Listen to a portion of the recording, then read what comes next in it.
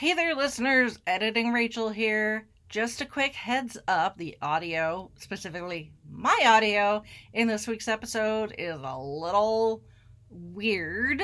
And that is because we got all the way to the end of recording and I realized that I had not, one, plugged my microphone in, two, turned it on, which, considering it wasn't plugged in, I wouldn't have been able to turn it on anyway. So, yeah, my nice fancy mic that I usually use was not what captured my voice this particular week, but I think the microphone in my headphones, which is why I sound kind of like a fast food drive-through. So yeah, sorry about that. Next time I'll make sure that everything is plugged in and turned on. This is Paul McGann, and you're listening to the Fiveish Fangirls podcast.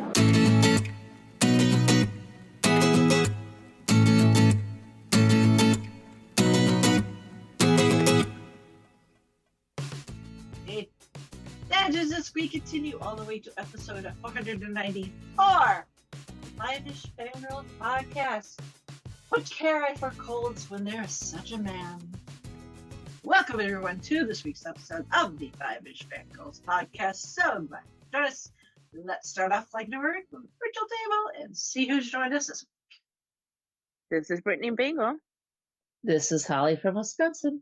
And this is Rachel in Indianapolis, Indiana. Hello, everyone. Hello, everyone. Hey! Yeah. Yes. Yeah, our patrons are going to get to hear all about it. Let's just say that. Yeah. Yeah. At least I didn't break into singing REO Speedwagon's Riding the Storm Out. So. Yeah. Well, it's really funny as our principal last week at the end of the week. She was like, here's a document, share a song, a link to go to YouTube, find a link to a song that encompasses your past week. And we were all like, it was all like, under pressure, roll with the changes, I will survive, Trying to make them school appropriate and fit the mood. Yeah. So, yeah. We were all staying alive. Yeah. So yeah, end of school year. It's so close. We can practically taste it. And everybody, yes, we're all getting stir crazy. Everybody's ready. We're all done. So, boy. So. Woo. Okay. So, news. We don't actually know a lot of news. At the moment, stuff is happening, but not anything. It's again all that stuff from Star Wars Celebration in Japan has not really dropped yet. So probably because they don't want people to be like, get distracted by that when there's a new season of Andor to watch. Right. Yeah. So, and like here, make sure you watch this new. Watch Andor, and then we'll give you bonus treats. Yep. And I watched the 3 episodes over the weekend, and not too shabby. Gonna be interesting. Yeah, I still need to watch. I still gotta watch this week's episode of Doctor Who. So, oh my god, it's good. It's good. It's good. Yeah. Well, still no giant spiders. So I appreciate everybody who's been on Spider Watch out for me. That's 2-ish weeks away. I already. Yeah, for what we can guesstimate. So well, and Doctor Who app for the magazine, and they had a sneaky peek, and I'm like, oh, okay. I looked at the title, found the date, and like, oh, here. Yeah. Beware. Spider-ish. Yeah. Yeah. So good. Mm-hmm. And you all get to hear me bitch and bone about Doctor Who and spiders once the season is over. So Rachel, just a word of advice: never watch the movie Starship Troopers. Never watch that series. I know. Good. I know. Die bugs. Yep. Yep. I'm on it. Or I should say I'm not on it. I love Charles' response to our Doctor Who chat when I brought that up. Mhm. And I'm just like, Charles, don't poke the bear. Mhm. I know exactly what her answer is going to be. Mhm. Yeah. So, going on to actual news, we have got this year's class of Rock and Roll Hall of Fame inductees. Sad, Yes, and I still agree no with. Weird Al. He wasn't even on the short list. Nope. But some I still agree with, though, that got in. Yeah, I mean, there's some where it's like, really, you haven't been in yet. Exactly. Yep. So there have been a I few. feel like that that happens every year. Again, all have been qualified for quite a while. So And there was a this fan year, vote. yes. So Yeah. So this year's crop includes Bad Company, Chubby Checker, who about time. I got to see live. Oh, once. cool. Very cool. Awesome. Very, very cool. This was like over 10 years ago, but still very yeah. cool. Joe Cocker. Yep. And Cyndi Lauper. one of my friends is a huge Cyndi fan, so I know he's very excited about this. Cyndi Lauper. Mm-hmm. This makes me feel really old. Outcast. Yeah. Oh I my remember goodness. when they were new. Me too. Hey Ya was huge when I was in high school. Mm-hmm. So, First or second year of college for me. yeah, so that makes I guess it's technically middle school for me. because one of the minimum requirements for being eligible is you're eligible 20 years after your first album is released. Mm-hmm. Ooh. So yeah, the fact Which that is, Outkast that puts it is in, getting in like right on the 20-year marker, very close to it. Yep. Makes me feel really old. Thanks a lot. It would be. Yeah. Soundgarden, which Yep. is cool. Unfortunately, Chris is no longer with us, which is a shame. But they were great band. But yeah, unfortunately, Chris Cornell passed away several years ago. So I'm sure there will be quite the homage to him, though, at the ceremony. The White Stripes. Yep. Again, not that old of a band. Nope. Yeah. Because I know other nominees on the list are like the Black Crowes, Fish.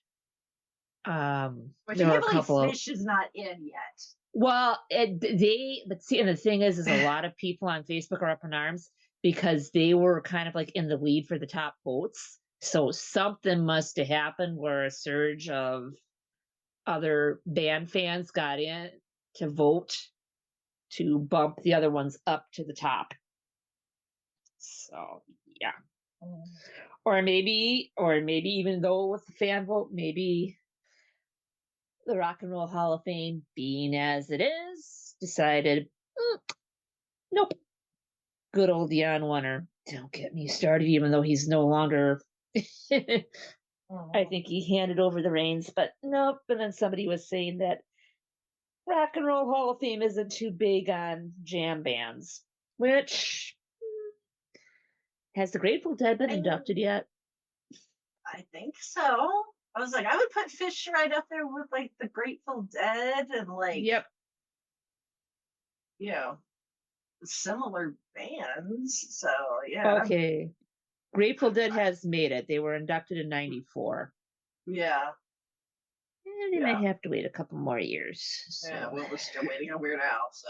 Exactly. Yep. Yeah. He's been eligible for he's been eligible for like twice as long as the initial eligibility period. So that's everybody in the performer category.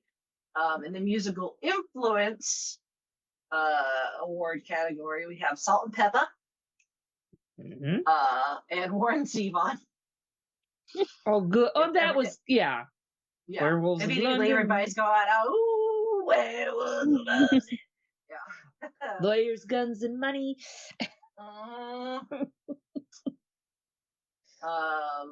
So yeah. And then I'm not necessarily familiar with the folks in the musical excellence category. I don't really know who Tom Bell or Nikki Hopkins are. I do know who Carol Kay is. So, Yeah.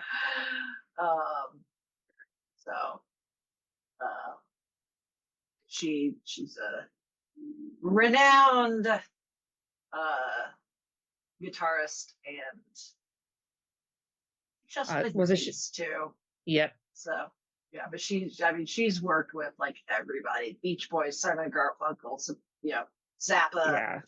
Yeah. Yep. So yeah, part of the what they call the great big group of fantastic session players called the Wrecking Crew. There is a documentary by that name. If you haven't seen it, I highly suggest you do, because it is awesome. Very awesome. Yeah. So you may not know her name, but you know her music. Yep. So yeah, and then the Emmett Erdogan, we're going to go with that, award is going to Lenny Waronker. We're going to go with that too. Who he was the head of A&R, which was a big label in its heyday, and then was also president of Warner Brothers, among other things. So he's an industry folk. So yeah. So stay tuned for announcements for the induction ceremony and all the subsequent stuff that goes with that, like the concerts and yep, all the shenanigans. So I guess we can start petitioning for Weird Al for next year. Yep, along with a few others. Yeah. Because I got a bit of a list of who I'd like to see in, and a couple names got scratched off that list with this year's round of nominees, so that was nice to see, but there still needs to be a few more that get scratched off. Yeah. At this point, Weird Al is just, I'm planting my flag. There's a few flags that are just permanently planted, and I'm not going to move them no matter what until it actually happens. Weird Al into the Rock and Roll Hall of Fame, and bringing back the Ronnie on Doctor Who. Those are my flags right now. Those are my goalposts that I'm standing between. That you'll gladly die on, right? Yes, exactly. All right, so that is it for news, really, other than, speaking of Patreon, this month's gold standard Patreon movie review is now available in the Patreon feeds if you are so inclined, where we minor spoiler it was Aaron was the one who picked the movie. Aaron by his choice forced Zan to watch a movie with Tom Cruise in it, and minor spoiler, she didn't absolutely hate it. Oh, nice. Yep. So, but you will have to listen, and to do that, you gotta be a Patreon supporter. So there you go. Fandom is better when we share it together. Support the Fiveish Fangirls on Patreon to help keep us celebrating the things we love, one episode and one tangent at a time. Join us at patreon.com/FivishFangirls. All right, moving on to feedback. Got some feedback from Shalane, of course. She says, welcome back. We survived Easter weekend. I was wondering where you were, but then I saw your social media post that played their episode last week. Glad you're back. Big Hero, let's see, when Big Hero 6 was coming out, people said it would be Disney's How to Train Your Dragon Hero by pickup. I don't see it. Big Hero 6 is based on a Marvel comic. And we even got a Stan Lee cameo. Hell yeah, we did. There's his underwear, frontwards, backwards, and inside out. Turned out to be a great and successful movie. I'll be patient until you girls get around to talking about it. So we should. I'm surprised we haven't yet. Yeah, I know. It is a horrible movie. Let's see. When talking about studios copying each other, just like Ants versus A Bug's Life, other students have had similar timing. Happy Feet, which was Warner Brothers, and Surf's Up by Sony, both Penguin movies, released months apart. Over the Hedge by DreamWorks and Open Season by Sony, both about forest animals versus humans, released the same year. And they say there's no originals ideas in Hollywood. There you go. There's an example for them. Moving on to the road to El Dorado. I loved Altivo the Horse and the Armadillo. It is such a quotable movie. Have you thought about covering more DreamWorks movies? I'm sure we will at some point. We probably got to give Shrek his moment at the very least, at least with the first movie. That and there's a musical, a stage musical as well. So we're talking about movies with musical adaptations. There you go. Yep. I went Shrek. Years. Yep. Personally, I think Spirit, Stallion, and the Cimarron is one of DreamWorks' weaker films. The horse doesn't talk, just narrates, voiced by Matt Damon. No talking horses, where's the fun in that?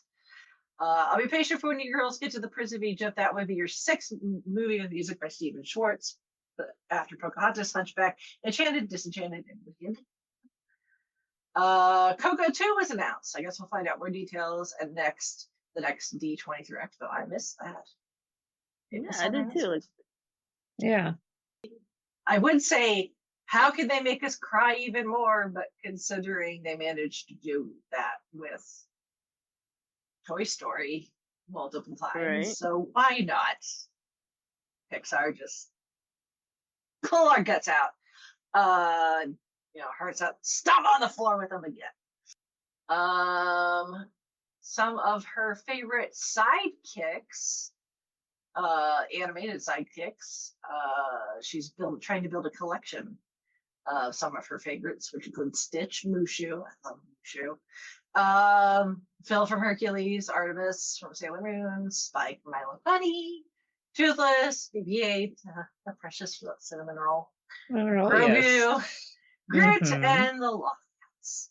I'm also working on collections of couples like Stitch and Angel and Toothless and Light Fury. Fun fact, Chris Sanders, who directed Lilo and Stitch, also voiced Stitch, also directed How to Train Your Dragon. He's back for the live-action Lilo and Stitch movie. Well, I mean, he knows what he's doing.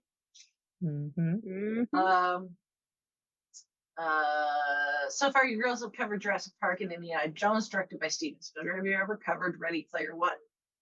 No. Back when, now I can't think of the name of the podcast. Oh, goodness. The podcast that brought us in to do the very first Oscars competition. Now I cannot think True North? No, it was one that was done by some of Chauncey and I's friends here. White something? Oh, goodness. The podcast went belly up. So, mostly due to the pandemic. So it was a pandemic. So anyway, y'all know what I'm talking about. We did do an episode. Chauncey and I guested because we all went together as a group to go see Ready Player One at the movie theater, and then did an episode of it. So I need to reread the book, and I would like to read the sequel Yeah, I've read the first one. I haven't read the personally. sequel yet. So The sequel is decent. There's, times because I gotta go. It's been a while since I've read both of them. But I want to go back. Oh, and FYI, audiobooks narrated by Will Wheaton. Both of them. Which I understand is pretty good, although Will Wheaton Yes. Pronounces some things a little weird that drive some people are just like, Yeah. But makes them go a little. Going back to El Dorado, this is the third film you discussed with music by Tim Rice. Other non-Disney animated movies you discussed was The Grinch. Yes. Reminder: DreamWorks did not make Ice Age. That was Blue Sky Studios. Fair enough. I'm sorry. I just assumed. I should never assume. Okay, in that case, Blue Sky Studios, don't get any ideas. Who did not need a live action Ice Age? There you go. That's the whole reason Ice Age got brought up in the first place. Talking about Star Wars Celebration, they announced a new Star Wars movie directed by Sean Levy, starring Ryan Gosling. Funny enough, two huge Marvel and Star Wars fans I follow on social media met in person there. That's cool. I'm excited for Ahsoka Season 2 and the Mandalorian Grogu movie, though I'm sad Bo-Katan won't be in it. She was such a standout character. I hope Bryce Dallas Howard would be announced as a Star Wars movie director, but instead it's Sean Levy. Bryce will probably get her time eventually, if she wants to. That's the thing. If she may not want to do a movie, she may have been perfectly fine doing, essentially a television episode, but she may not want to do a full-on Star Wars movie. Okay, spoilers. They're mystery actors. Bradley Cooper. Of course, she's seen all the Guardians of the Galaxy. Anything Rocket is in, she has seen. A Star is Born. Of course, Valentine's Day, Aloha, and I'm Groot Shorts. She said also the Hangover movies, Ted, Knocked Up, and 21 Jump Street are not really my type of comedies. Me neither. And our other mystery actor, Mark Hamill. Of course, Star Wars, Bang Theory, Batman, Scooby-Doo, Mandalorian, Boba Fett. I didn't know he was such a prolific voice actor. I always thought of him as Luke Skywalker first. I imagine a lot of people do, actually. Yeah. I mean, even when he guested on The Big Bang Theory, they're huge comic book nerds. No Marvel and DC, but it's still he is Luke Skywalker. Star Wars. No mention of him also being the voice of the Joker and almost everything. Right. So yeah, that's but I mean, Mark has embraced it. So yeah, that's good. Sometimes that happens and you're known for one thing, and you can either try to convince people to be like, hey, look, I do other stuff too, or you can embrace it. And he's embraced it. Yep. Or sometimes it takes the people a while to embrace it. Yeah. Because at first they're like, nope. Yeah. And then bringing up Val Kilmer, who passed away recently. She's seeing him. He's in The Prince of Egypt again. Bring up Prince of Egypt. Of course, his turn as Batman. A little bit of Tombstone, and of course the two Top Gun movies. And then she reiterates that we talked about DreamWorks, but remember, DreamWorks did not make Ice Age. That was Studios, which was owned by Fox, so technically it's now owned by Disney. It's funny how a lot of people assume any animated movies, either Disney or DreamWorks, if their logo isn't on it, it's probably not them. That's true. That is very true. I guess in my mind, the animation style of Ice Age was enough for me to, because I was equating Ice Age, like its animation style, with Madagascar, which is Universal. It's an overall Universal property because they have like some Madagascar stuff at Universal Studios, the theme park. So I think that's where I probably went awry in my thinking there. So, all right, Shalane, thank you for your feedback. Comic books, movies, fandom, charity. Wait, what? Yeah, we do that. Fangirls Give Back is here to turn nerdy enthusiasm into real world good. Find out how you can help at theFivishFangirls.com. Let's move on to this week's main topic. We're diving into something that's a little bit out of my comfort zone, as our listeners, especially Shalane, knows.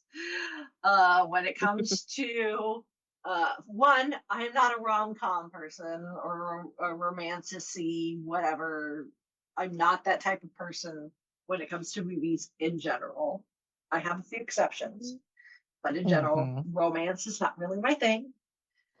Period pieces aren't necessarily my thing, especially Regency era, and especially Jane Austen is not my thing. It's not that I dislike it, it's just not my thing, so I don't go there, other than Clueless, which we need to talk about eventually. That is, for a not straight up adaptation of of something Austen, Clueless is fabulous. I love Clueless. But in this case, we're talking about a straight up Austen adaptation, and that is the 1995 Ang Lee adaptation of Sense and Sensibility.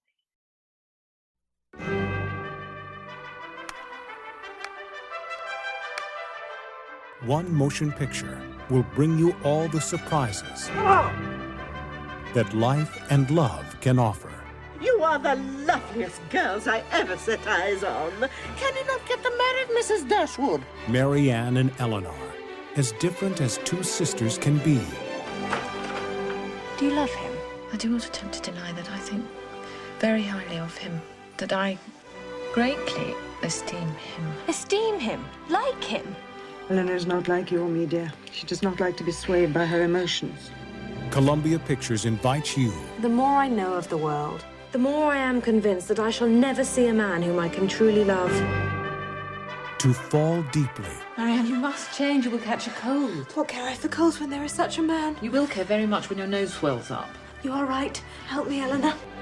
To feel intensely. There's something of great importance that I need to tell you about. Why did you not urge him to stay? He must have had his reasons for going. I do not understand her, Mamma. Why does she never mention Edward? Eleanor, where is your heart? To surrender completely. Your sister seems very happy. Do you think he'll kneel down when he asks her? They always kneel down. To risk everything. We know so little of him. What is it you suspect him of? Willoughby! From Jane Austen's timeless classic. There's some blue sky. Let us chase it! Comes a motion picture beyond all expectations. Academy Award winner Emma Thompson, Alan Rickman, Kate Winslet, and Hugh Grant. Sense and Sensibility.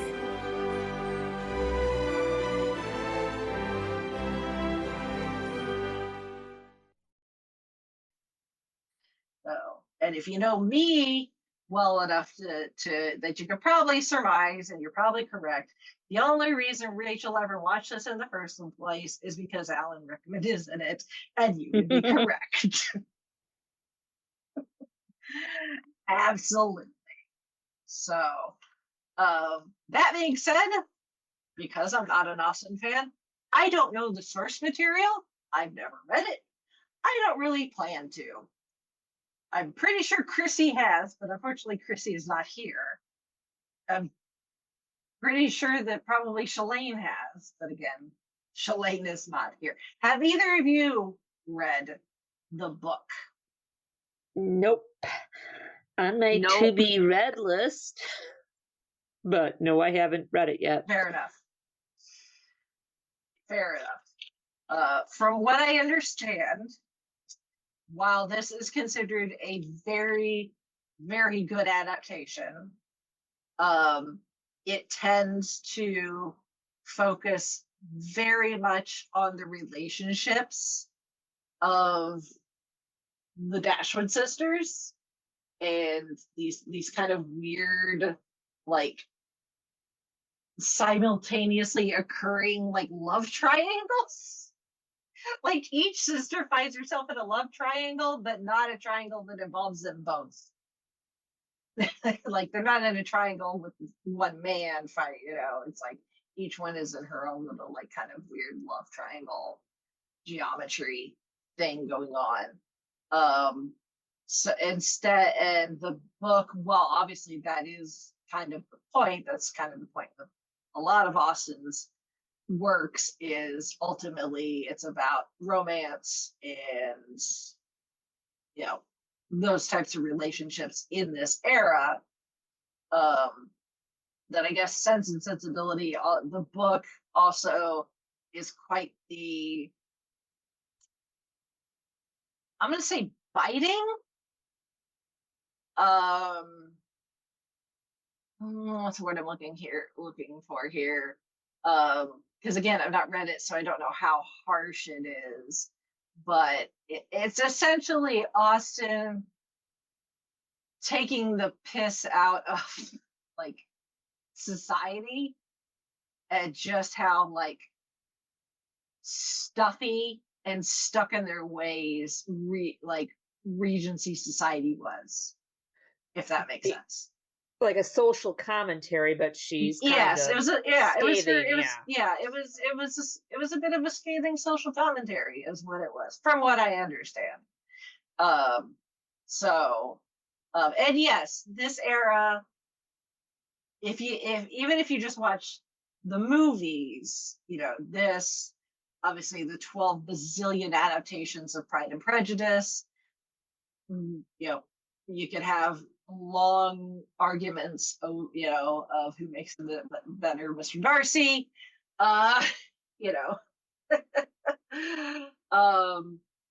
who makes the best Mr. Darcy, but if you're not, if it can be a bit of a culture shock when you step into anything set in the Regency era. Obviously, I think Austen is probably the most famous as far as works set in this era, just how proper it is, and all of these quote unquote rules that have been established, that like if I had to live in it, like knowing what I know now, I could not live in an era like that. At least I could not live in an era like that and be considered a proper lady. I would be a scandal. I probably would be a too. Scandalous woman in Regency era. It's like, yes, I am married, which, is a plus, but we don't have kids. We're not planning on having kids. I am just as educated as he is, with a master's degree. I don't smoke. I do drink. I don't dance. I don't knit or do needlepoint or read poetry or Shakespeare. I hate Shakespeare. That would get me thrown out of proper society, arse over end really quickly, if I started bitching and moaning about how much I don't like Shakespeare. I would not fit in at all. That being said, if there was a guy that looked and sounded like Alan Rickman, I sure as hell would want to try to stick around. But we'll get to the fine kernel here in a little bit.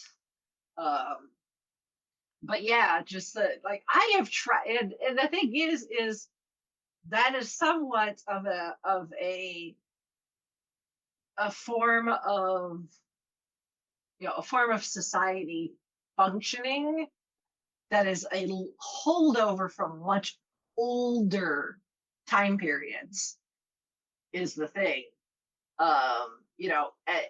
as we see in this movie, when it comes to marriage, especially for women, that love isn't necessarily something that gets factored into the equation. Same actually for the guys, but obviously the focus is here on Marianne and Eleanor. As a woman, you are supposed to marry preferably someone above your station. You're supposed to marry well. You're supposed to marry somebody who's got more money than your family does, or if you have to be well off, marry someone who is as well off as you. But if you're not well off, you want to marry someone who is better off than you. If they got a title, even better. And really, you're expected to be, the wife, the kind of the social center of your new family, and pop out a bunch of babies. And when you're not popping out babies, being a social butterfly, going to teas, going to balls, going to knitting, not knitting circles, but going and ladies hanging out doing cross stitch or whatever, needlepoint, crap like that. And hopefully, popping out enough kids and at least a few of them survive long enough that one of them's a boy and can inherit his father's name and his estate and all that fun stuff. And hopefully you pop out a girl that lives long enough for you to introduce her to proper society and lather rinse repeats and marry her off, and the trend continues. But what we discover in this particular story is that the sensible thing to do for especially Marianne, because Eleanor has kind of resolved herself that she's probably going to remain single and become a spinster. So the best thing she can do is to help her younger sister along. But the thing is Marianne is so young and so naive and very much has a very rose-colored glasses view at what her future love life should look like, what she thinks courting and getting engaged in marriage is supposed to be like. She's supposed to marry again someone who is above her station. She wants the tall, dark, handsome, someone that makes your stomach, fill with butterflies and just makes you want to rip all your clothes off and just have them right there. And that's what she is envisioning. And when Willoughby comes along, he checks those boxes. Problem is, Willoughby as an actual human being is a dick. She falls for Willoughby because he checks all those boxes. He is tall. He is dark. Dark hair. He is incredibly, he's classically, traditionally handsome, in a way you would expect. The problem is he is a jerk, an absolute jerk. And he strings her along and then essentially does the Regency equivalent of ghosting. Yep. Not returning her letters, and then shows up at a ball, an event, a fit, and acts like he doesn't know her, and is actually there on the arm of his fiancée, his betrothed, who is obviously very traditionally attractive. We're talking about Kate Winslet here, who, she's not bad looking by any means. But the woman that he is with is very tall and blonde hair, that very statuesque, classically beautiful that you'd see in a Greek statue type of beauty. which makes him kind of look like a Ken and a Barbie. And she's got money. her jewelry way more ostentatious than what Marianne is wearing. So it's obvious that her gown is much finer fabric. So it's very obvious that she has got way more money than the Dashwoods do.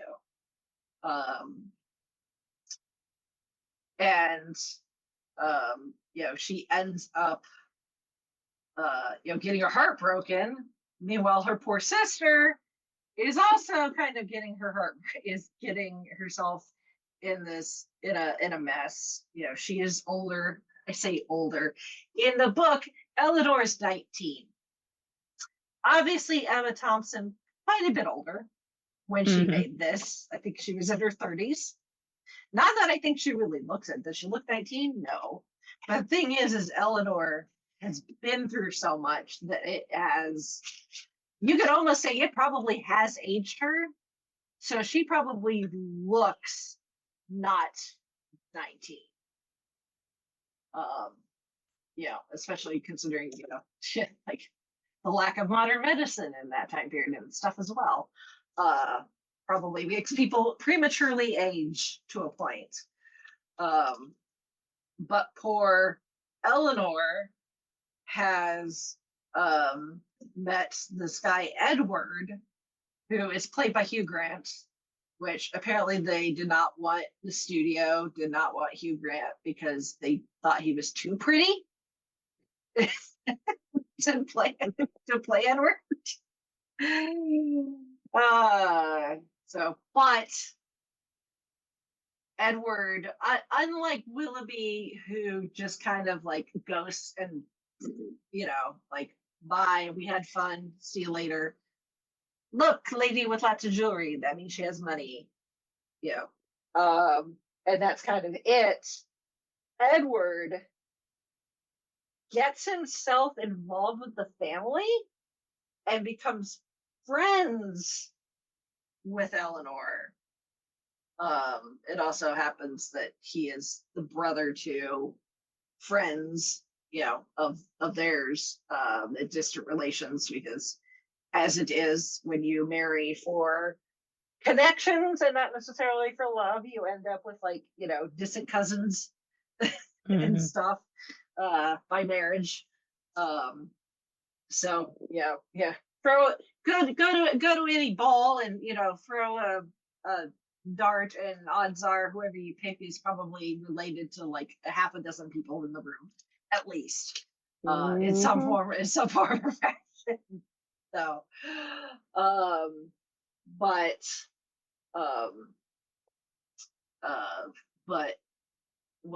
Edward and Eleanor developed this friendship, it turns that he's actually engaged and has been for years.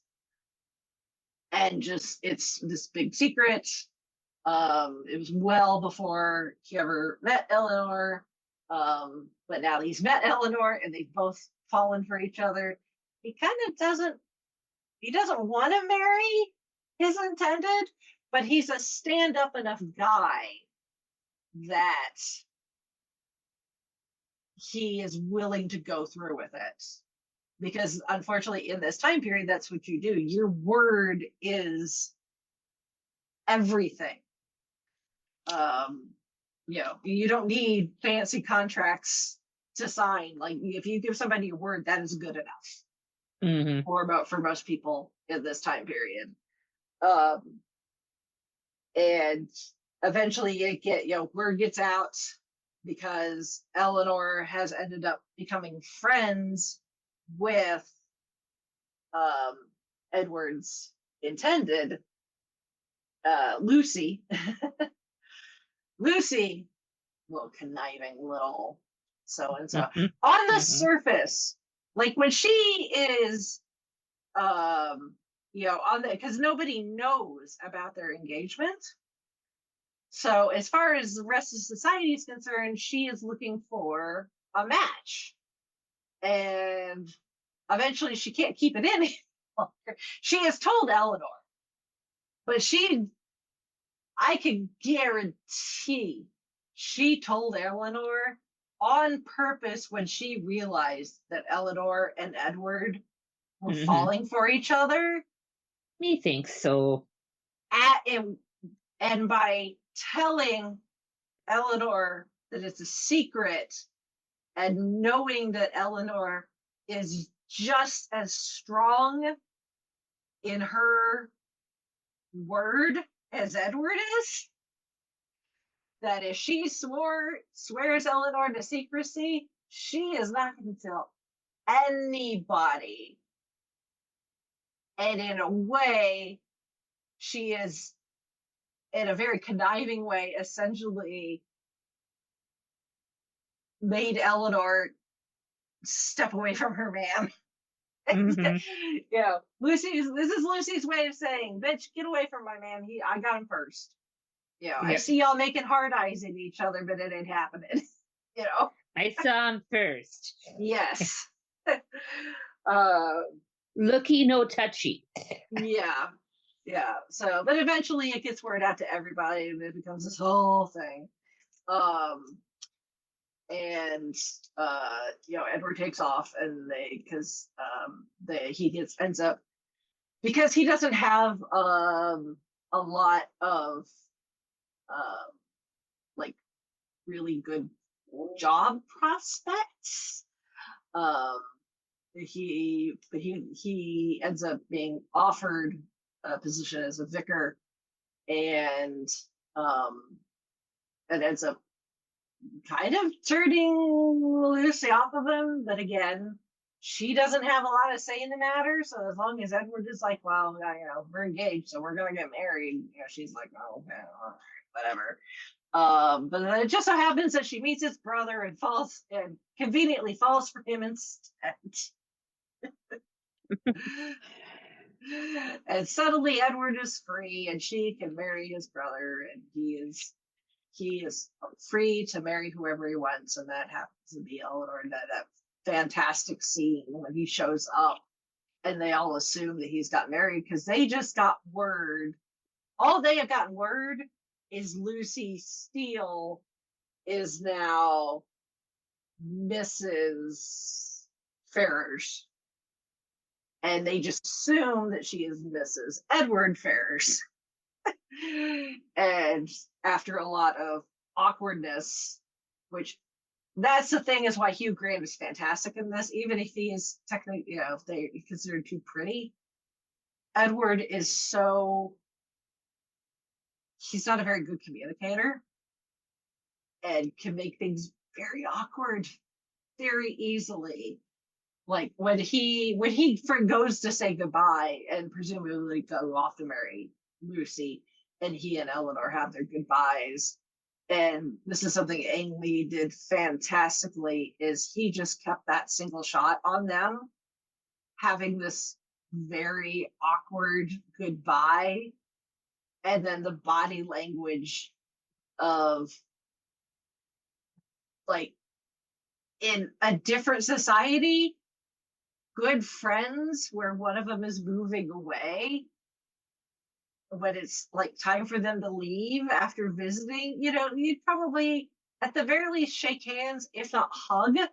You can't do that in this society.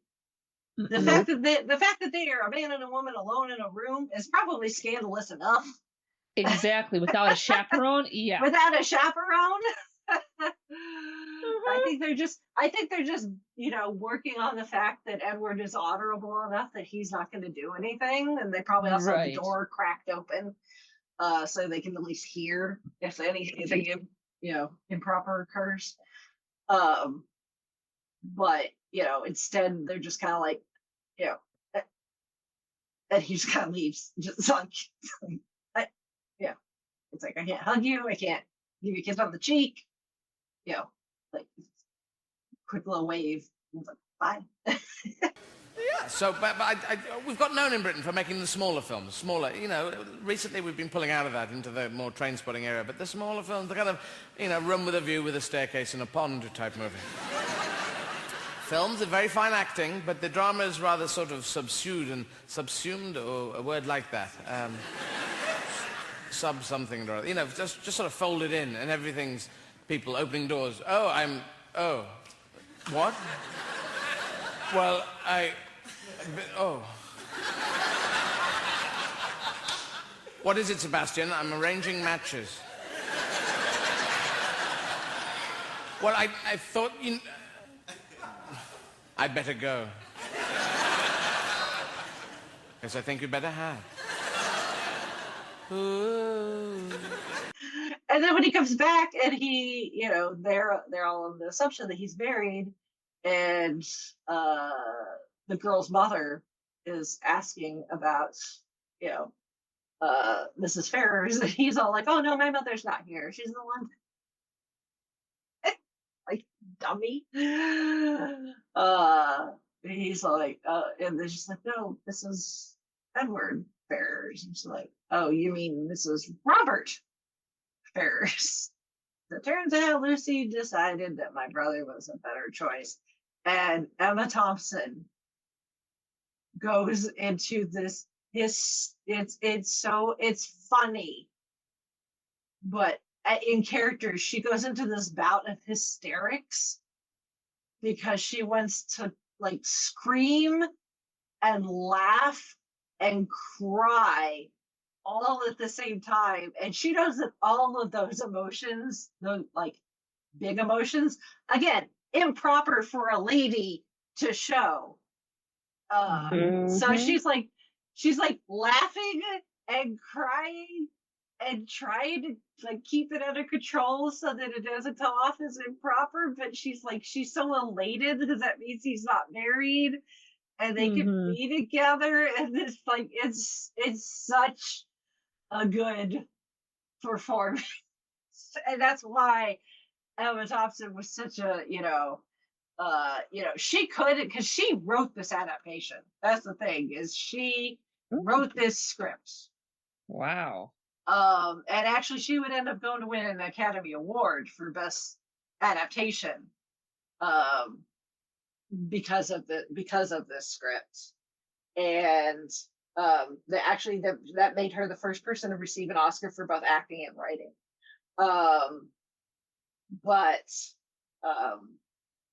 I mean, she could have easily just been the script writer and gotten all the accolades that come with that, but the fact that she's also in it, again, some people thought that she was too old, but because Eleanor has been through so much, there's this whole backstory of how the Dashwoods end up here, where, these two sisters who are of age to get married aren't. The family doesn't have a lot of money. They struggle with finding a permanent place to live. They have to rely on the kindness of friends and family. They're because they don't have a lot of money, but they still are expected to engage with the rest of society. They have to make do, even if their dresses aren't as fine, if their jewelry isn't as ostentatious, or they don't have as much of it.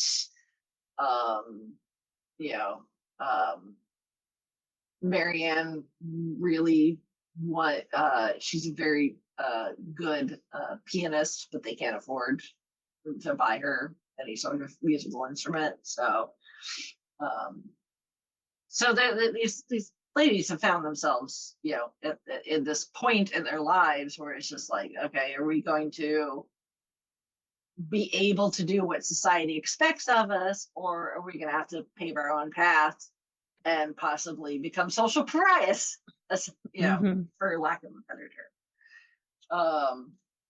But thankfully, things work out for Eleanor and Edward. They get married.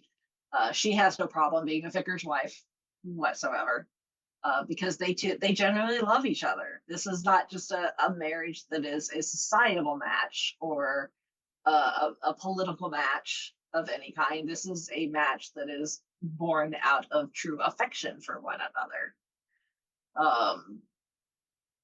Now, the other, once Willoughby shows his true colors and gets the boot, Marianne once again finds herself single, in need of a man.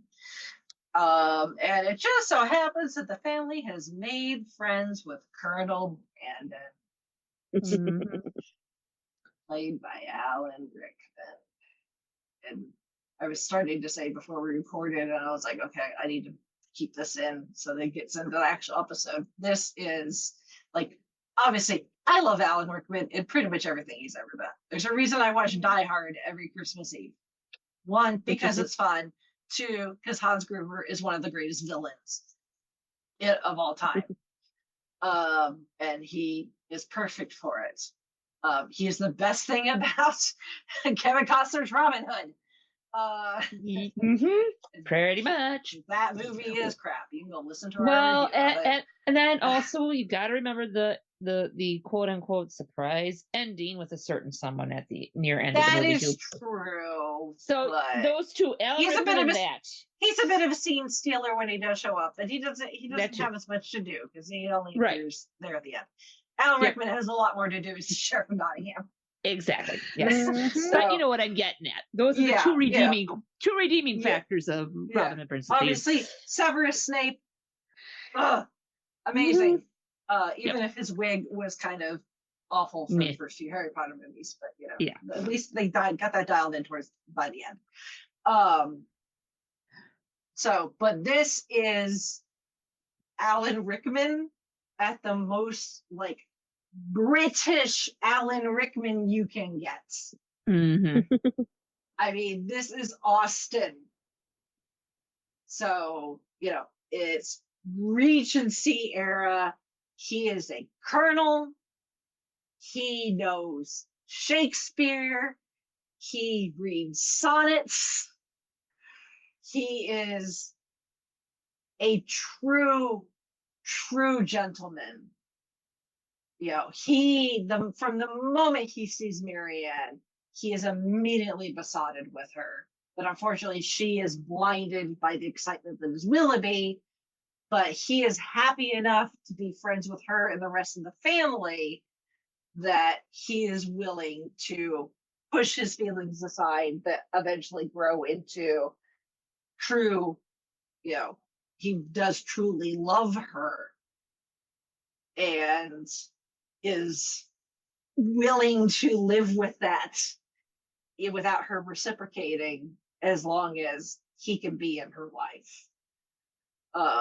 But he is, as a personality, he is everything that Willoughby is not.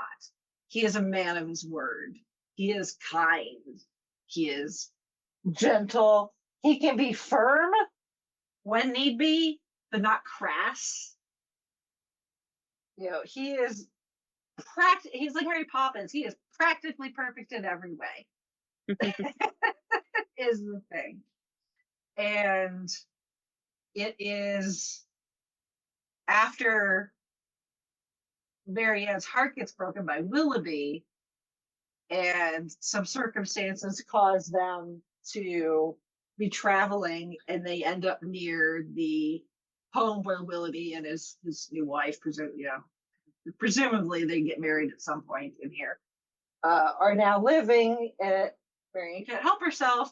She wants to go have a sneak peek, and unfortunately gets caught in the rain, and she almost dies. Because that's what happens when you go outside the rain. In Regency era dress, especially, she gets very, very sick, and they are away from their mother. But Colonel Brandon is there. He's the one that actually finds her and brings her back to shelter. And he is absolutely like insane with worry about her because he cares for her so much. And he is outside the room where she is convalescing, where they are trying to save her life, because they don't really say what it is that she comes down with. My guess is probably like pneumonia, which even now pneumonia can be fatal. So you can imagine even more so in that time period. And he is just all like, what can I do? And Eleanor is like, you've done enough. You got her here. We're taking care of her. And he's like, I need something to do, or I'm gonna start like tearing this place apart. Because it's like I need something to do to keep my mind off things. And she's like, well, it'd be good if her mother was here. And he's like, boom, on a horse. I will go fetch your mother. Oh, saints. Because that's the kind of guy he is. And then when she gets out of the woods, but she still has to, lay low and convalesce. He is there like every day, reading her poetry and sonnets because she absolutely loves Shakespeare sonnets. There's some of them, as much as I don't care for Shakespeare, some of his sonnets are some of the most romantic things that Shakespeare ever wrote. It's probably some of the most romantic things from that time period. If other than Alan Rickman reading what you hear in this movie during the pandemic, Sir Patrick Stewart, speaking of which, every day read one of Shakespeare's sonnets and put it up on social media. Yes. And I'm pretty sure those are still out there. So yes, you they are. You can go hear Sir Patrick Stewart in his voice read some of those sonnets. So he did it for like what, like a month straight or something like that, or something. He did it during the course of lockdown. He read every single sonnet.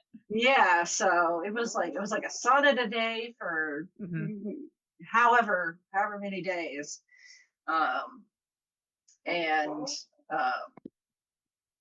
so and then when it like once Marianne is healthy enough, he gets to bestow on her the gift that I think finally opens her eyes that he's not just a good friend, but he is someone that really cares for her. And she if she hadn't become deathly ill, she may we'd probably be like, girl, get your head out of your ass and see that you like this guy too. He loves you and would move heaven and earth for you, and you're not going to find anyone better than that. But because she almost died, we'll give her a little bit of a pass. So when she comes out of her illness stupor, which I guess that's one way to mend a broken heart, is to almost stop it. I don't know. Yeah. I would not suggest that, kids. No. There are other ways to mend a broken heart besides almost dying. Of pneumonia, among other things. But he gifts her a pianoforte. And that is kind of like her revelation, like, oh, this is not just nice of him. This is very nice of him. I like this. I like him. I really like him. So he gets my interests. Yeah, he's like, he gets me, and he's not a dick. He is everything that Willoughby was not. Yeah, he's not traditionally handsome. And that is not a dig on Alan Rickman. The man was not classically traditionally handsome, but he was very, very good looking in his own way.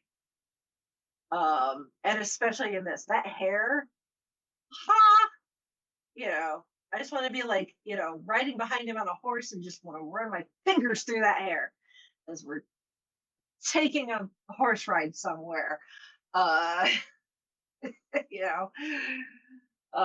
It's that era, this period as far as like costuming and stuff does really fit Alan Rickman of the early 90s. So, this is not Hans Gruber, but it's not Severus Snape yet either. So, and ultimately they realize, that they're a good match. They do truly, care for each other, and so they are able to get married as well. And it is also a marriage born out of love and not just society saying that this is a good match. So yeah, that's it in a nutshell as far as the plot is concerned. What's interesting is this time period when this movie came out. Is like, I mean, Austen has always, had her fans. There's always a strong, I mean, there's a literal Austen society, if that tells you anything. Actually, it was the Jane Austen Society that told the producer that Hugh Grant was too good looking to play Edward. So,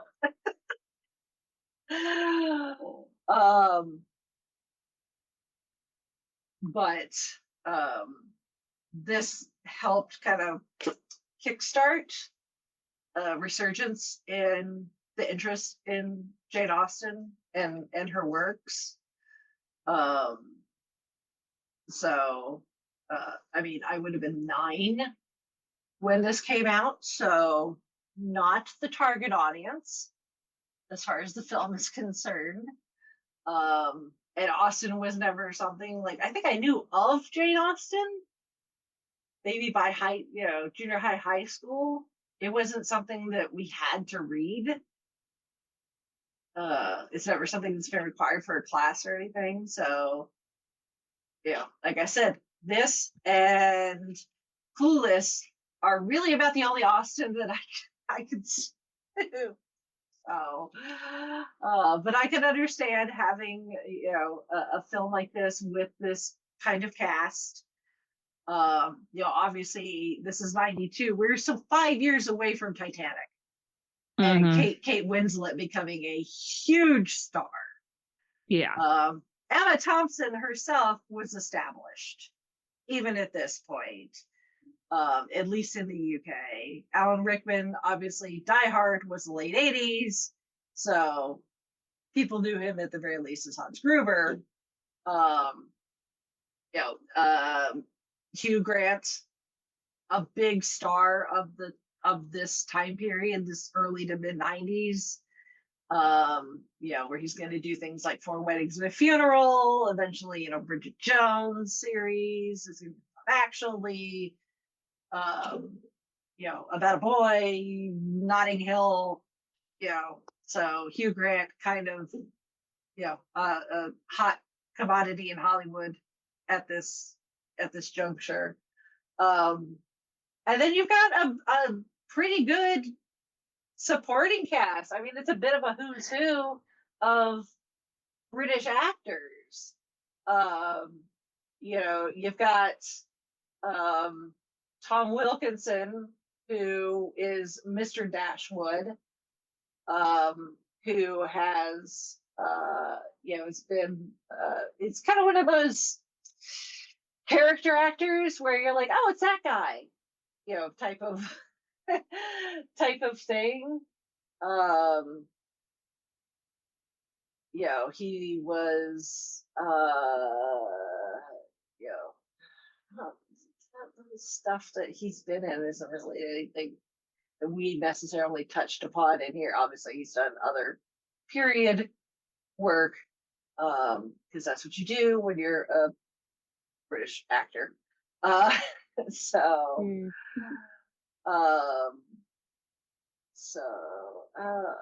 see. He was in The Patriot with Mel Gibson. He was in The Full Monty. You've never seen The Full Monty.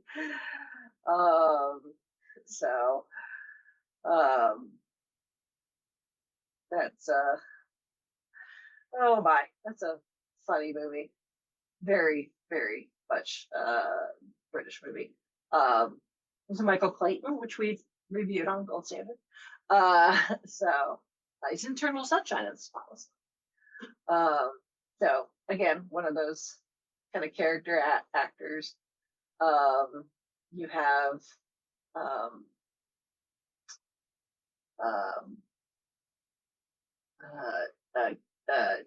Gemma Jones, another kind of character actress. She plays Bridget Jones's mom in the Bridget Jones series. So among other things. So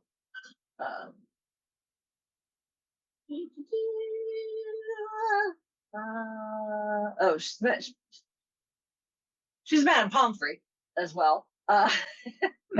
Speaking of Harry Potter, I believe Elizabeth Spriggs. Yes, Elizabeth Spriggs. I thought I recognized her. It's been a hot minute. She plays one of the middle gossipy society ladies, but she's the fat lady in Harry Potter. So this is kind of like Harry Potter was all like you, and you. Yeah, like you do Shakespeare, you do Austen, and then eventually you do Harry Potter. Because Robert Hardy, who was Cornelius Fudge.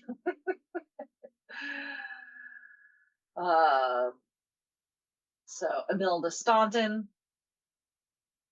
Do we even need to go into Imelda Staunton's CV? We talk about her quite a bit. And then one of my other favorite people in the entire universe, Hugh Laurie. Yep. Oh, I love Hugh Laurie.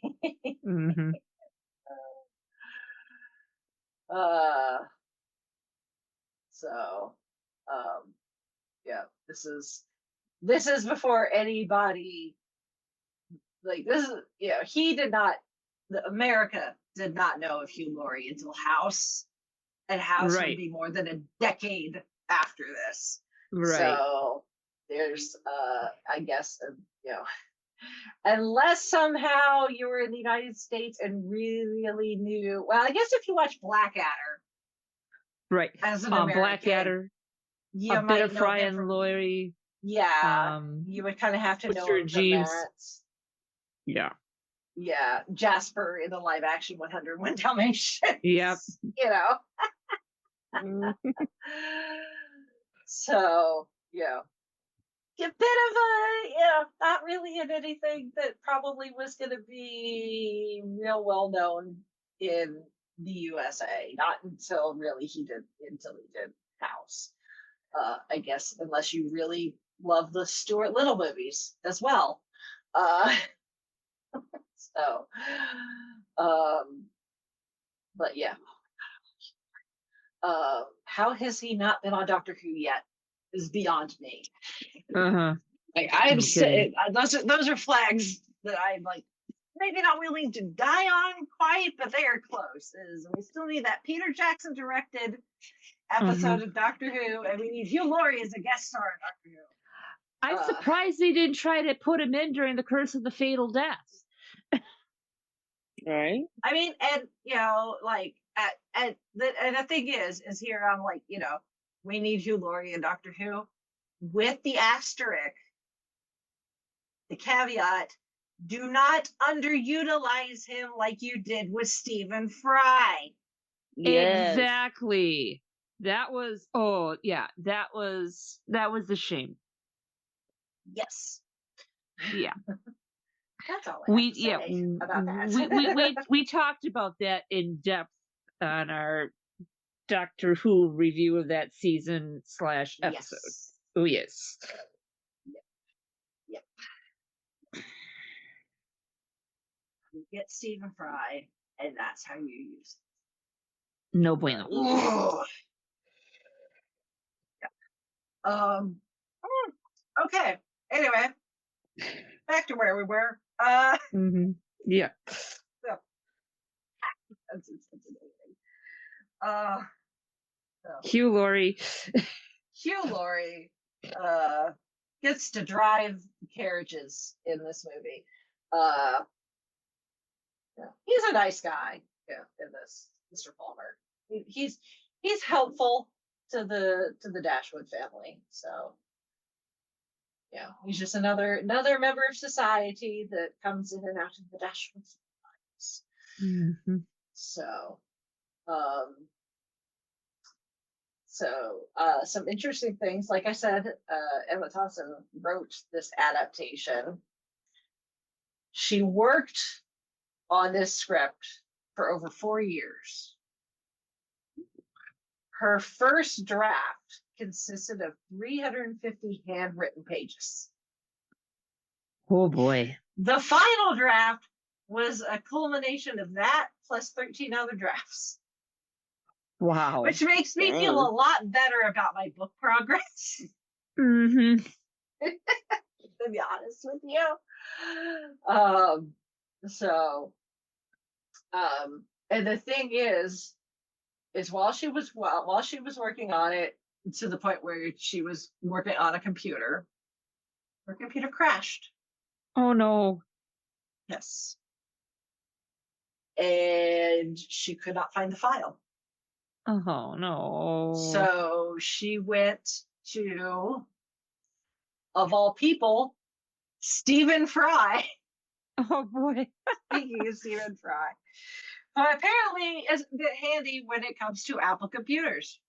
Oh wow. It took him, he's a bit of an tech Apple genius. expert. Yeah, but at least in the late 80s, early 90s he was. It took him 7 hours, but he managed to save it. Oh wow. So if you've ever paid attention to the credits and wonder why Stephen Fry gets thanked, this is why. Because he literally saved the script. Yeah, most definitely. And utter destruction. Oh, I love that. Oh. And the thing is, despite what the Jane Austen Society thought of Hugh Grant, he actually agreed to take a pay cut. Oh wow. To do this. So, because this was, kind of a lower budget independent type film.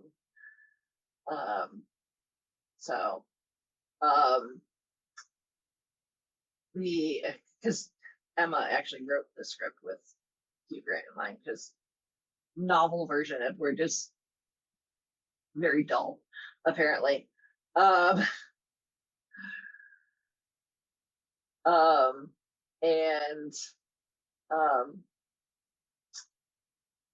According to, I guess according to Kate Winslet,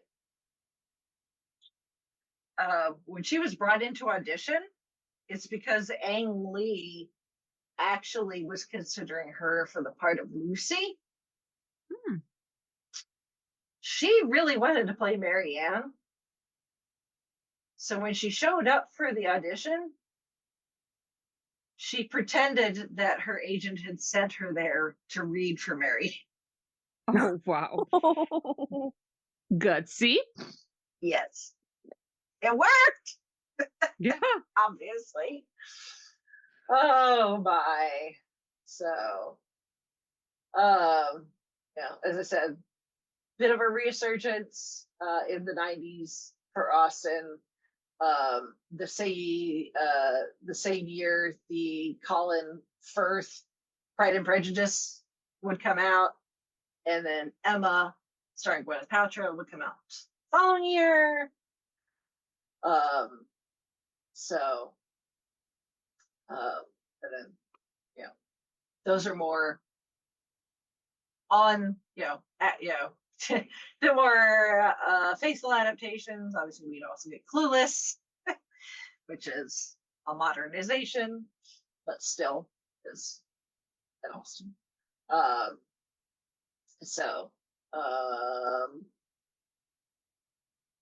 What's funny is Greg Wise, who plays Willoughby, at the time was actually, who is obviously Kate Winslet as Mary Ann's love interest at the time, Greg Wise was actually married to Emma Thompson. That's actually her husband. Oh wow. Wow. So,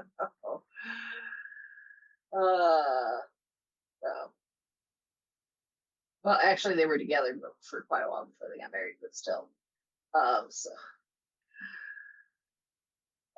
still, that's kind of funny. Like on screen, he's with Kate Winslet. Off screen, he's with Emma Thompson. I'm trying to see who was like. I mean, there's not, as far as like trivia and stuff. A lot of it is just kind of like Regency era trivia, which, I mean, if that really interests you, then you can go into the trivia section on IMDb and knock yourself out. A lot of it is, hey, this costume was also worn by someone in this other Austen adaptation. Because, 12 actors in England, and, some of them are about the same size.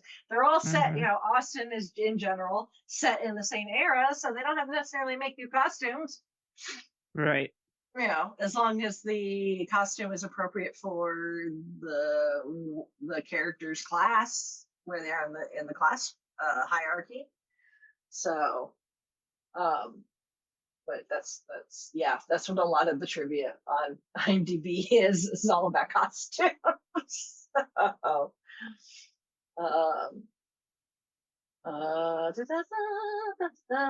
that's about it for the ad. I mean, what do you guys have to say? I know, Holly, you said that the book is on your to be read list. Yep. Mm-hmm.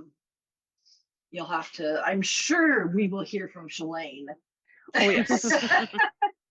About this episode, because she's a bit more of an Austen fan than at least I am.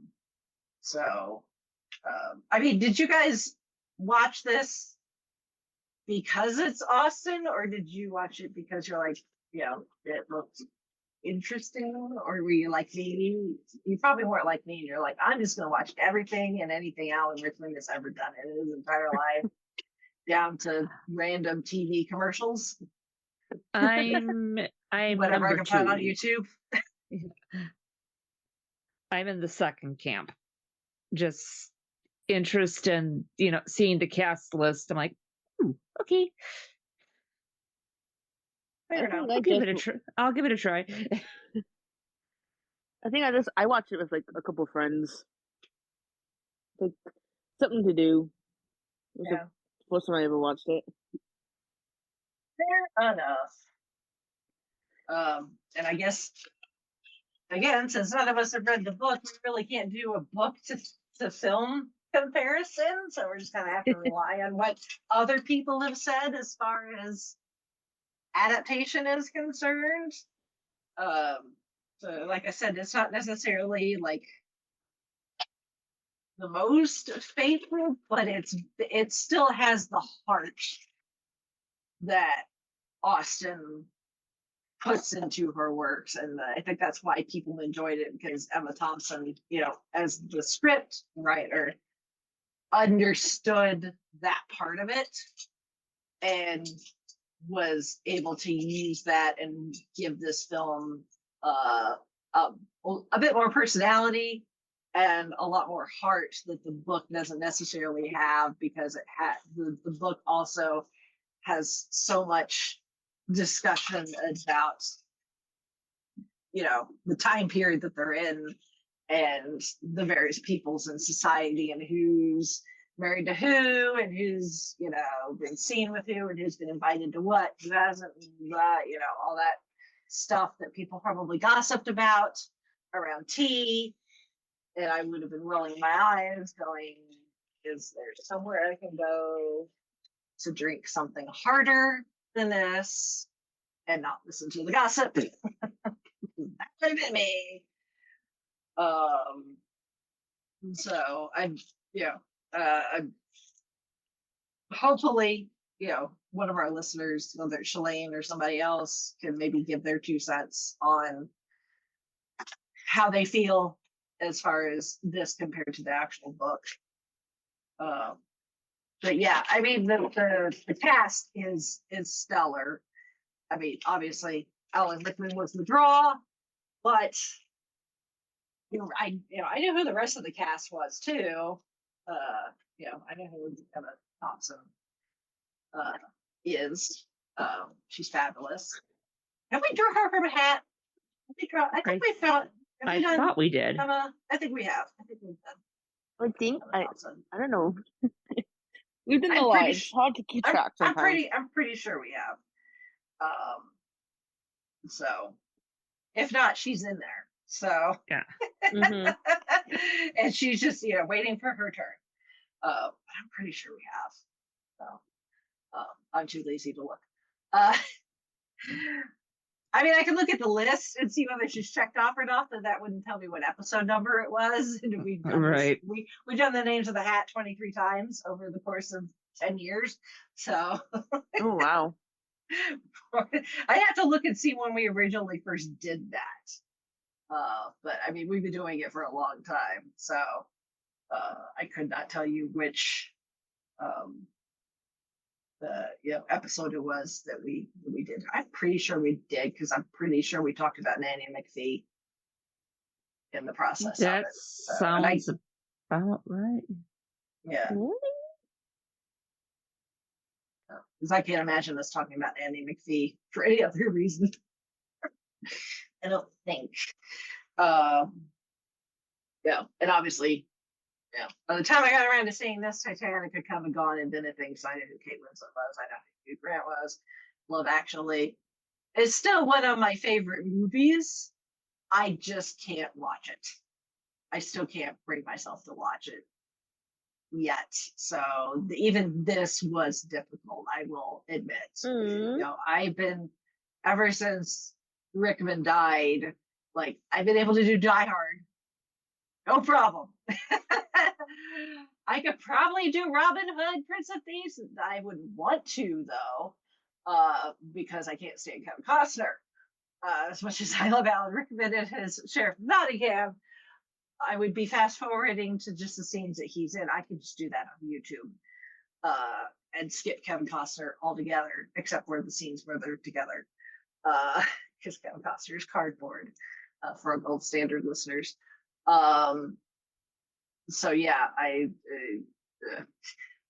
don't really care to watch Robin Hood, so I've not rewatched it since necessarily. Although I think I did rewatch it when we talked about it. So, but that was that one time.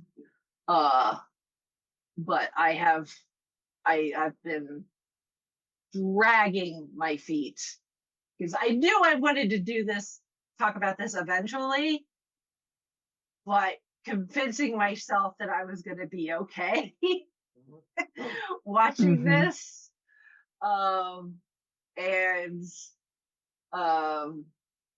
it's hard. It's hard because it's I mean, this is really, I mean, all of the cast is really good, but this is really, really good. And this is a reason to fall in love with Alan Rickman if you weren't already.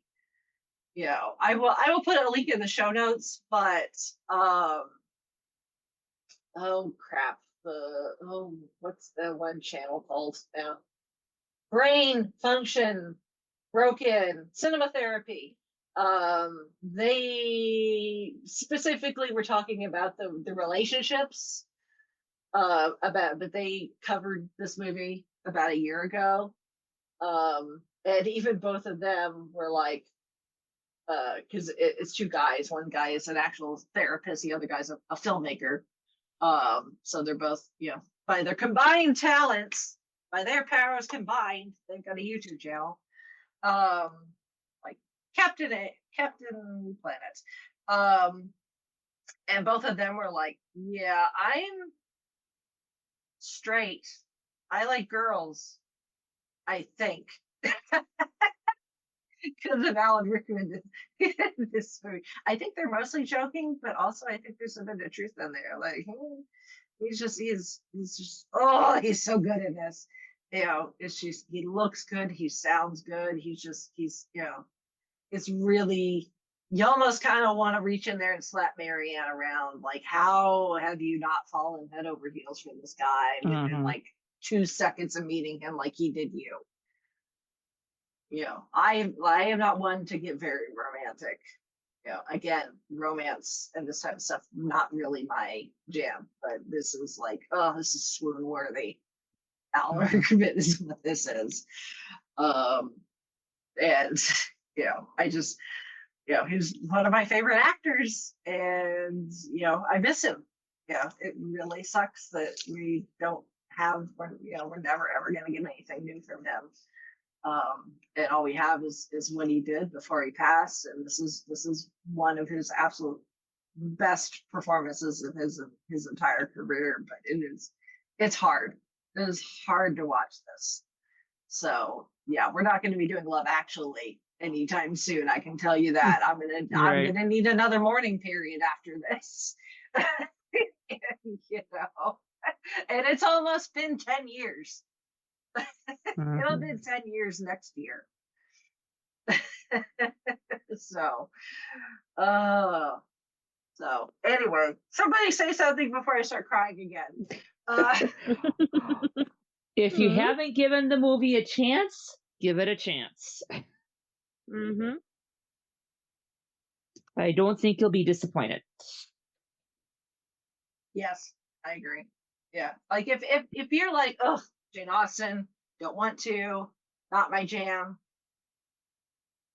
you know, but you still want to give like more quote unquote proper Austen a try, I would say do this over Pride and Prejudice. Because one, this is shorter. For one. Because I like the Colin Firth Pride and Prejudice, that's like an actual like mini series, isn't it? It's like hours and hours and hours long. I don't think the Keira Knightley is hours and hours and hours long. No, I don't think that one is. So. But yeah, the Colin Firth Pride and Prejudice is quite long. It's like a mini series because they like the book is bigger, and they were like, we're gonna put everything into it. We're gonna adapt the entire thing, every comma, every, you know, whatever, every dot on an I, every cross on a T. And Colin Firth is gonna wear a white shirt that's gonna get very, very wet. And everyone's gonna go, ah! Except for me, I'm over here like, sorry, Mr. Darcy.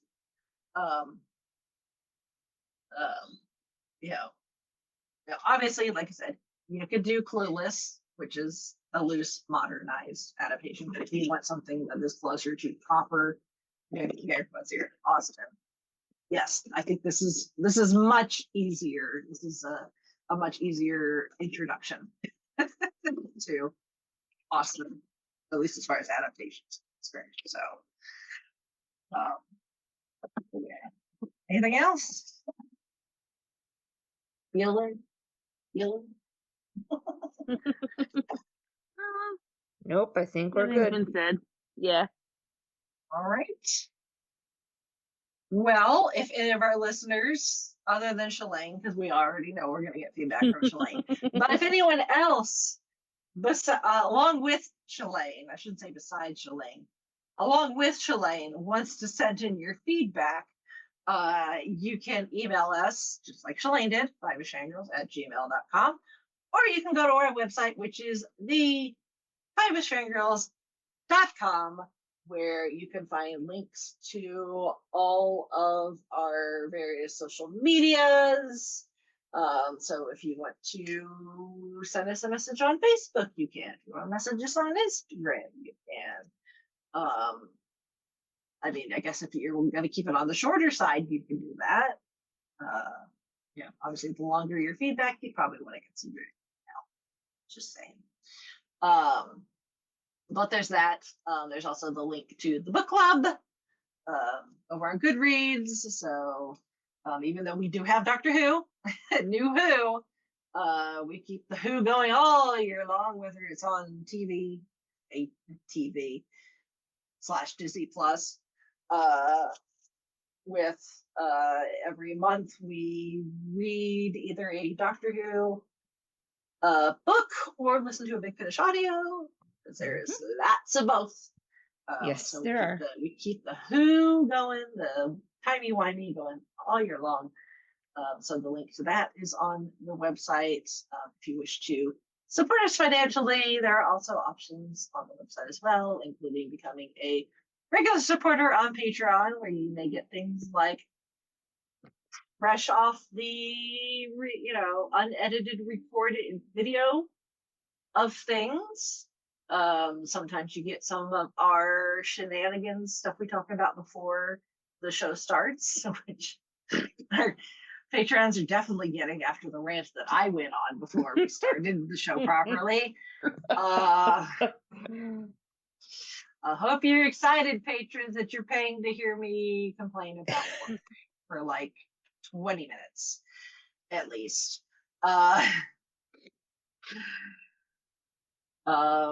There's a Patreon. If you want something more than my rambling about work, you can get merch on Redbubble. So there is that too. And then yeah, all the fun stuff. It's all on the website, tonsofFiveish.com. That's where you find all the things. And we appreciate all your support. And thank you for the therapy session, both pre-podcast and kind of a little bit of a therapy session in here too. Still, yeah. Loss of Alan Rickman. I don't think I'm ever really going to get over it. So, as time goes on, it'll become less hard to watch stuff, but it's just going to take time. So, yeah, I got this. This is good. Love Actually and Harry Potter are going to have to wait. Definitely. They found you another movie of Alan Rickman's to watch in between. Yes, that is true. That is true. So, and I always have Die Hard. Yep. All right. Well, with that, or start ranting about something again, we're going to sign off for this week. This is Brittany and Bangles saying goodnight. This is Holly from Wisconsin saying good evening. And this is Indianapolis, Indiana. I'm not going to attempt to try to do an Alan Rickman impersonation at all to try and quote Colonel Brandon. So just go pull up a YouTube clip. Yeah, I'm not even going to try.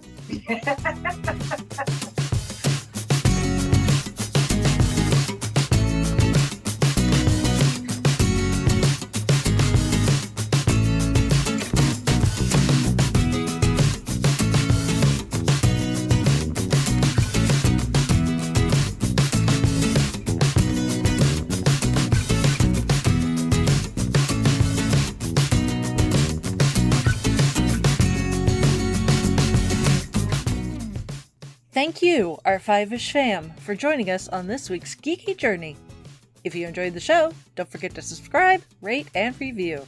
Stay connected with us on our website, theFiveishFangirls.com, and follow us on most social media with @FiveishFangirls. Plus, check out our nonprofit, Fangirls Give Back, to see how we're making a positive impact in our community. Until next time, stay nerdy and let the squee continue.